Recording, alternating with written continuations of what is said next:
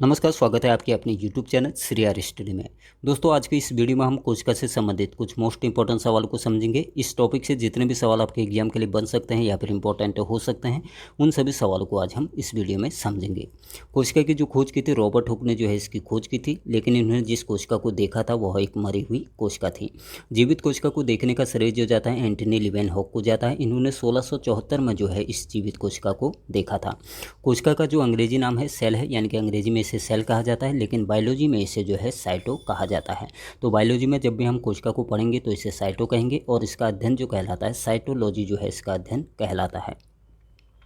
तो बायोलॉजी में कोशिका को साइटो कहा जाता है और इसका अध्ययन जो कहलाता है साइटोलॉजी जो है इसका अध्ययन कहलाता है। तो बढ़ते हैं आज के सवालों की तरफ। आज का हमारा पहला सवाल है, कोशिका की खोज किसने की थी? तो कोशिका की जो खोज की थी रॉबर्ट हुक ने जो है इसकी खोज की थी। उन्होंने 1665 में जो है इस कोशिका को देखा था, यानी कि खोजा था, लेकिन यह एक मरी हुई कोशिका थी। इसके कुछ सालों बाद जो है एंटनी लीवेनहॉक ने जो है जीवित कोशिका को खोजा था। इन्होंने 1674 में जो है इस जीवित कोशिका को खोजा था। तो जीवित कोशिका को एंटनी लीवेनहॉक ने देखा और मरी हुई जो कोशिका थी उसे रॉबर्ट हुक ने देखा था। अगला सवाल है, निम्नलिखित में से कोशिका सिद्धांत का प्रतिपादन किसने किया?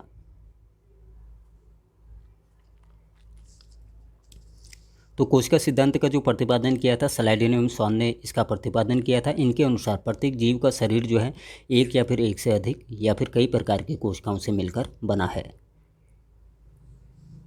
कोशिका का अध्ययन इनमें से क्या कहलाता है? तो कोशिका का अध्ययन जो कहलाता है साइटोलॉजी कहलाता है, यानी कि साइटोलॉजी के अंतर्गत हम कोशिका का अध्ययन करते हैं। और माइकोलॉजी में जो होता है कवकों का अध्ययन किया जाता है। पोमोलॉजी में जो होता है फलों का अध्ययन किया जाता है। और फाइकोलॉजी में जो होता है शैवालों का अध्ययन किया जाता है।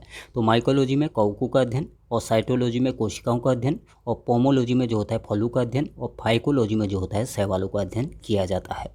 अगला सवाल है, कोशिका झिल्ली किसकी बनी होती है? तो कोशिका झिल्ली जो बनी होती है प्रोटीन की बनी होती है। इसका राइट आंसर हो जाएगा ऑप्शन बी, प्रोटीन की। कोशिका झिल्ली जो है कोशिका के बाहर पाई जाने वाली एक पतली सी लेयर होती है जो कोशिका को चारों ओर से घेर कर रखती है। कोशिका झिल्ली को हम सेल मेम्ब्रेन या फिर प्लाज्मा मेम्ब्रेन के नाम से भी जानते हैं। कोशिका झिल्ली जो होती है पादप और जंतु दोनों में ही पाई जाती है, यानी कि यह हमारे में भी पाई जाएगी और पेड़ पौधों में भी जो है कोशिका झिल्ली पाई जाती है। अगला सवाल है, कोशिका भित्ति यानी कि सेल वॉल इनमें से किसका बना होता है? तो कोशिका भित्ति जो बना होता है सेलुलोज का बना होता है। इसका राइट आंसर हो जाएगा ऑप्शन ए, सेलुलोज। पेड़ पौधों की छाल पादप कोशिका में जो है कोशिका भित्ति का कार्य करती है और यह जो होता है सेलुलोज का बना होता है। कोशिका भित्ति जो होती है केवल पादप कोशिकाओं में पाई जाती है, यह जंतु कोशिकाओं में यानी कि हमारे में नहीं पाई जाती है। तो हमारे में कोशिका भित्ति या फिर सेल वॉल का कार्य जो करते हैं हमारे कपड़े या फिर बाल इस कार्य को कर लेते हैं। कोशिका झिल्ली के बाहर एक और झिल्ली होती है, इसी दोहरी झिल्ली को जो है कोशिका भित्ति या फिर सेल वॉल कहा जाता है। तो कोशिका भित्ति जो होती है पादपों को आकार और सुरक्षा भी प्रदान करती है, यानी कि शेप और सेफ्टी दोनों ही जो है कोशिका भित्ति पादपों को प्रदान करती है। तो कोशिका भित्ति जो होता है सेलुलोज का बना होता है, यह केवल पादप कोशिकाओं में पाया जाता है। और कोशिका झिल्ली जो होती है प्रोटीन की बनी होती है, यह पादप और जंतु दोनों में ही पाई जाती है। अगला सवाल है, क्रेब्स चक्र इनमें से कहाँ चलता है? तो क्रेब्स चक्र जो चलता है माइटोकांड्रिया में चलता है। इसका राइट आंसर हो जाएगा ऑप्शन सी, माइटोकांड्रिया। माइटोकांड्रिया कोशिका में जो है ऑक्सीजन के माध्यम से जो है इस क्रेब्स चक्र को चलाता है।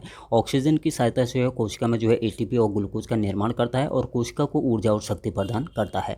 इसलिए इसे माइटोकांड्रिया को जो है कोशिका का पावर हाउस या फिर शक्ति ग्रह भी कहा जाता है। तो कोशिका का पावर हाउस या शक्ति ग्रह जो कहा जाता है माइटोकांड्रिया को कहा जाता है। यह ऑक्सीजन के माध्यम से जो है कोशिका में जो है क्रेब्स चक्र को चलाता है। अगला सवाल है, माइटोकांड्रिया की खोज किसने की थी? तो माइटोकांड्रिया की जो खोज की थी अल्टमैन ने जो है इसकी खोज की थी। इसका राइट आंसर हो जाएगा ऑप्शन बी, अल्टमैन ने। माइटोकांड्रिया की आंतरिक दीवारों को जो है क्रिस्टी कहा जाता है, यानी कि जो इसके अंदर की दीवारें होती हैं उन्हें क्रिस्टी कहा जाता है। और इसकी खोज जो की थी अल्टमैन ने जो है माइटोकांड्रिया की खोज की थी। अगला सवाल है, कोशिका के किस अंग में पानी संग्रहित रहता है? यानी कि कोशिका का वह कौन सा अंग है जो पानी स्टोर रखने का कार्य करता है?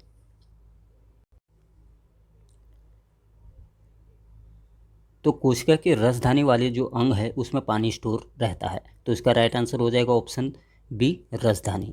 और माइटोकांड्रिया जो होता है ऊर्जा बनाने का कार्य करता है कोशिका में, और रसधानी जो होगी पानी स्टोर करने का कार्य करती है, और सेंट्रोसोम जो होता है कोशिका विभाजन का कार्य करता है, और गोल्गी बॉडी जो होता है कोशिका में परिवहन का कार्य करता है।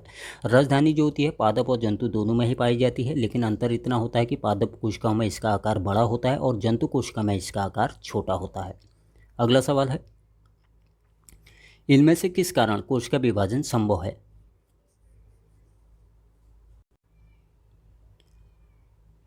तो सेंट्रोसोम जो है कोशिका विभाजन करता है, इसका राइट आंसर हो जाएगा ऑप्शन सी सेंट्रोसोम।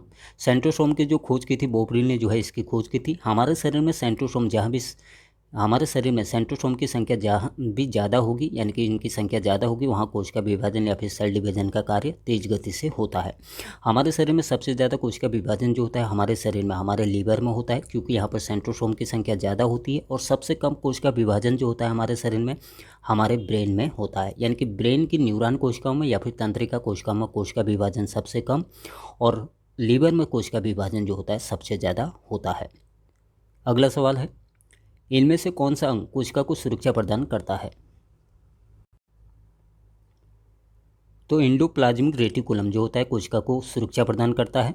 इसे शॉर्टकट में जो है ईआर कहा जाता है। यह मुख्य रूप से दो प्रकार का होता है, एक स्मूथ ईआर और दूसरा जो होता है रफ ईआर। स्मूथ ईआर वाला भाग जो होता है कोशिका में जो है वसा को बनाने का कार्य करता है, यानी कि वसा का निर्माण करता है। रफ वाला जो ईआर वाला भाग होता है वो कोशिका में प्रोटीन को बनाता है, यानी कि प्रोटीन का निर्माण करता है। प्रोटीन को बनाने का कार्य यह राइबोसोम के माध्यम से करता है। तो एंडोप्लाज्मिक रेटिकुलम जो होता है कोशिका को सुरक्षा प्रदान करने का कार्य करता है। यह दो प्रकार का होता है, एक स्मूथ ईआर और दूसरा जो होता है रफ ईआर। स्मूथ ईआर वाला जो भाग होता है वह वसा का निर्माण करेगा, और रफ वाला ईआर जो होता है वह प्रोटीन का निर्माण करता है। अगला सवाल है, निम्नलिखित में से किसको प्रोटीन की फैक्ट्री के नाम से भी जाना जाता है?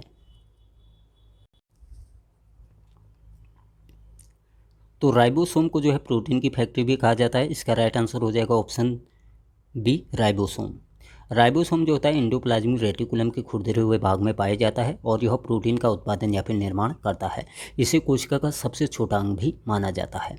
तो प्रोटीन की फैक्ट्री जो कहा जाता है राइबोसोम को कहा जाता है। अगला सवाल है, और राइबोसोम जो होते हैं मुख्य रूप से दो प्रकार के होते हैं, एक 70S वाले राइबोसोम ये अवकेशित होते हैं, और दूसरे जो होते हैं 80S वाले राइबोसोम। 70S वाले राइबोसोम जो होते हैं यूकैरियोटिक कोशिकाओं में पाए जाते हैं, और 80S वाले जो राइबोसोम होते हैं ये प्रोकैरियोटिक कोशिकाओं में देखने को मिलते हैं। अगला सवाल है, क्रोमोसोम यानी कि गुणसूत्र कोशिका के किस अंग में पाए जाते हैं? तो इसका राइट आंसर हो जाएगा ऑप्शन डी केंद्रक। केंद्रक की जो खोज की थी रॉबर्ट ब्राउन ने जो है इसकी खोज की थी। केंद्रक कोशिका के विभिन्न अंगों के कार्यों का निर्धारण करता है, यानी कि कोशिका के अंदर किस अंग का कौन सा कार्य है इन सब का निर्धारण जो करता है यह केंद्रक करता है। संपूर्ण कोशिका का नियंत्रण जो होता है इसी के पास होता है, इसलिए इस केंद्रक को जो है कोशिका का ब्रेन भी कहा जाता है। तो कोशिका का ब्रेन जो कहा जाता है केंद्रक को कहा जाता है। इसकी खोज जो की थी रॉबर्ट ब्राउन ने जो है इसकी खोज की थी। अगला सवाल है, कोशिका के अंदर पाचन का कार्य इनमें से कौन करता है? तो पाचन का कार्य करता है लाइसोसोम। इसका राइट आंसर हो जाएगा ऑप्शन सी लाइसोसोम। और केंद्रक जो होता है संपूर्ण कोशिका को नियंत्रित करने का कार्य करता है। सेंट्रोसोम जो होता है कोशिका में कोशिका विभाजन का कार्य करता है, और लाइसोसोम जो होता है पाचन का कार्य करता है, और माइटोकॉन्ड्रिया जो होता है कोशिका में ऊर्जा का निर्माण करता है। तो लाइसोसोम की जो खोज की थी डी डुबे ने जो है इसकी खोज की थी। यह एक जल घटक एंजाइम होता है, इसमें 24 प्रकार के जो है एंजाइम होते हैं। इसी एंजाइम की मदद से यह कोशिका के अंदर जो खराब अंग हो जाते हैं उन्हें बाहर निकालने का कार्य करता है। तो कोशिका के अंदर जो है पाचन का कार्य जो करता है लाइसोसोम जो है इसका कार्य करता है। अगला सवाल है, कोशिका के अंदर श्वसन का कार्य इनमें से कौन करता है? तो कोशिका के अंदर श्वसन का कार्य जो करता है माइटोकॉन्ड्रिया करता है। इसका राइट आंसर हो जाएगा ऑप्शन सी माइटोकॉन्ड्रिया। इसकी खोज जो की थी अल्टमैन ने जो है इसकी खोज की थी। माइटोकॉन्ड्रिया में श्वसन जो होता है ऑक्सीजन की उपस्थिति में होता है, इसलिए इस श्वसन को जो है आक्सीय श्वसन कहा जाता है।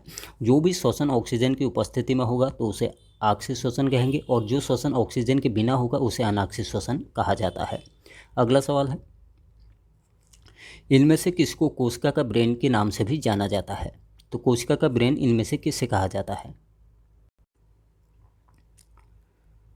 तो केंद्रक को जो है कोशिका का ब्रेन कहा जाता है। इसका राइट आंसर हो जाएगा ऑप्शन सी केंद्रक। इसकी खोज जो की थी रॉबर्ट ब्राउन ने जो है इसकी खोज की थी। केंद्रक में गुणसूत्र पाए जाते हैं। इन गुणसूत्रों में जेली के समान दिखने वाला एक गाढ़ा सा पदार्थ होता है जिसे मैट्रिक्स कहा जाता है। तो कोशिका का ब्रेन जो कहा जाता है केंद्रक को कहा जाता है। अगला सवाल है, इनमें से किसको कोशिका की आत्मघाती थैली या फिर सुसाइड बैग भी कहा जाता है? तो लाइसोसोम को जो है कोशिका की आत्मघाती थैली या फिर सुसाइड बैग भी कहा जाता है। इसका मुख्य कार्य जो होता है कोशिका में जो है पाचन के कार्य को पूर्ण करना होता है। इसमें 24 तरह के जो है एंजाइम पाए जाते हैं और यह एक जल घटक एंजाइम होता है। यह कोशिका के अंदर खराब पड़े अंगों को जो है बाहर निकालने का कार्य करता है। अगला सवाल है, इनमें से कौन कोशिका विभाजन का कार्य करता है? तो कोशिका विभाजन का जो कार्य करता है सेंट्रोसोम करता है। इसका राइट आंसर हो जाएगा ऑप्शन बी सेंट्रोसोम। देखिए हमारे शरीर में कोशिका विभाजन जो होता है सबसे ज़्यादा हमारे लीवर में होता है और सबसे कम जो कोशिका विभाजन होता है हमारे ब्रेन में होता है। यानी कि ब्रेन की न्यूरॉन कोशिकाओं में या फिर तंत्रिका कोशिकाओं में सबसे कम कोशिका विभाजन होगा और लीवर में सबसे ज़्यादा कोशिका विभाजन होता है, जिस कारण लीवर जो होता है अपने क्षतिग्रस्त अंगों को जो है अपने आप ठीक कर लेता है। लीवर जो है हमारे शरीर में सबसे बड़ी बहिर्स्रावी ग्रंथि भी है। अगला सवाल है, सबसे लंबी कोशिका हमारे शरीर में निम्नलिखित में से कौन सी है? तो सबसे लंबी कोशिका जो होती है हमारे शरीर में न्यूरॉन कोशिका होती है। यह ब्रेन में पाई जाती है। तो सबसे लंबी जो होगी न्यूरॉन कोशिका होती है और सबसे बड़ी जो होती है ओवम होती है और सबसे छोटी जो कोशिका होती है हमारे शरीर में स्पर्म होती है। तो सबसे बड़ी स्त्रियों का ओवम यह कोशिका सबसे बड़ी होगी, इसे अंडाणु भी कहते हैं। और पुरुष का स्पर्म जो होती है सबसे छोटी कोशिका होती है और न्यूरॉन कोशिका जो होती है सबसे लंबी कोशिका होती है। अगला सवाल है, अमीबा में किस प्रकार की कोशिकाएं पाई जाती हैं? तो अमीबा में जो होती हैं प्रोकैरियोटिक कोशिकाएं पाई जाती हैं। इनमें जो होता है कोशिका विभाजन बहुत तेज गति से होता है और इनमें जो होते हैं 80S वाले जो है राइबोसोम पाए जाते हैं। अगला सवाल है, प्रोकैरियोटिक कोशिकाओं में श्वसन इनमें से किसके द्वारा होता है? तो प्रोकैरियोटिक कोशिकाओं में श्वसन जो होता है जीवदर्भ के द्वारा होता है। इसका राइट आंसर हो जाएगा ऑप्शन बी जीवदर्भ। जीवदर्भ का जो है 80% भाग जो होता है पानी से बना होता है। अगला सवाल है, यूकैरियोटिक कोशिकाओं में श्वसन इनमें से किसके द्वारा होता है? तो इनमें जो श्वसन होता है माइटोकॉन्ड्रिया के द्वारा होता है और यूकैरियोटिक कोशिकाओं में जो होता है 70S वाले राइबोसोम होते हैं। तो प्रोकैरियोटिक कोशिकाओं में श्वसन जो होता है जीवदर्भ के द्वारा होगा और यूकैरियोटिक कोशिकाओं में श्वसन जो होता है माइटोकॉन्ड्रिया के द्वारा होता है। तो दोस्तों ये थे आज के कुछ मोस्ट इंपॉर्टेंट सवाल। मिलते हैं अपने अगले वीडियो के साथ, तब तक के लिए जय हिंद।